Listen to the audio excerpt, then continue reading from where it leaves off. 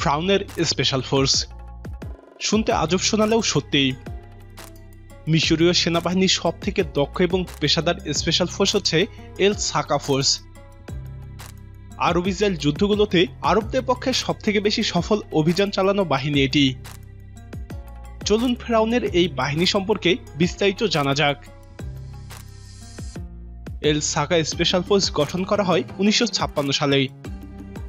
মূলত ইসরায়েলের স্থাপনাগুলোতে হামলা এবং যুদ্ধে এগিয়ে থাকতেই এই বাহিনী গঠন করা হয়েছিল।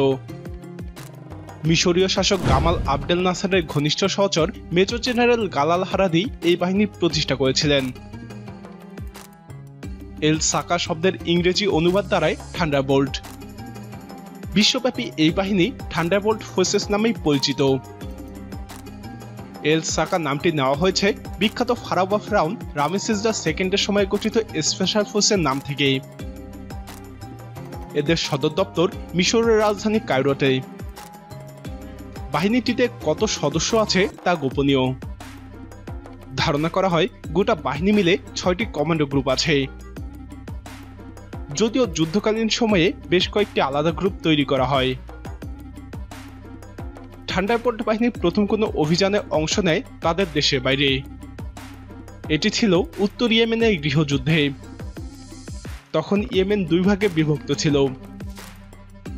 ইন্টারেস্টিং বিষয় হচ্ছে এখন সৌদি আরব এবং মিশর ঘনিষ্ঠ মিত্র হলেও ওই সময় শত্রু ভাবাপন্ন ছিল। থান্ডারবোল্ট কমান্ডোরা মূলত বহিরাগত সৌদিদের বিরুদ্ধে অপারেশন পরিচালনা করত। থান্ডারবোল্ট কমান্ডোরা ইসরায়েলের বিরুদ্ধে প্রথম অভিযানে নামে 6 দিনের যুদ্ধে।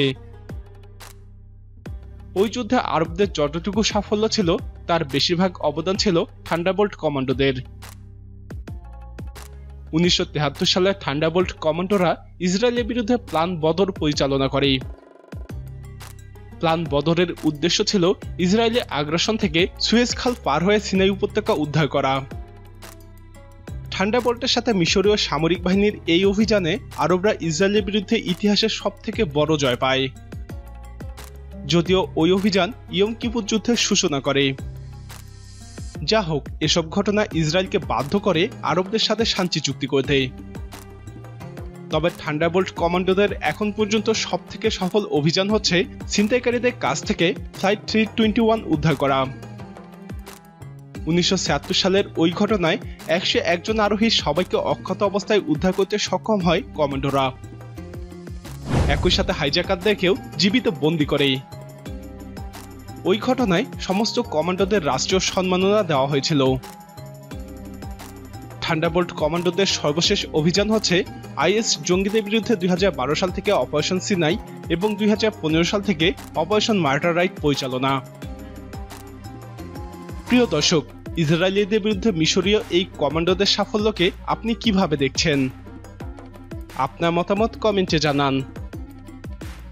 এই ভিডিওটি ভালো লাগলে লাইক বাটনে ক্লিক করুন। নিয়মিত এরকম ভিডিও দেখতে আমাদের চ্যানেলটি সাবস্ক্রাইব করে আমাদের সাথেই থাকুন।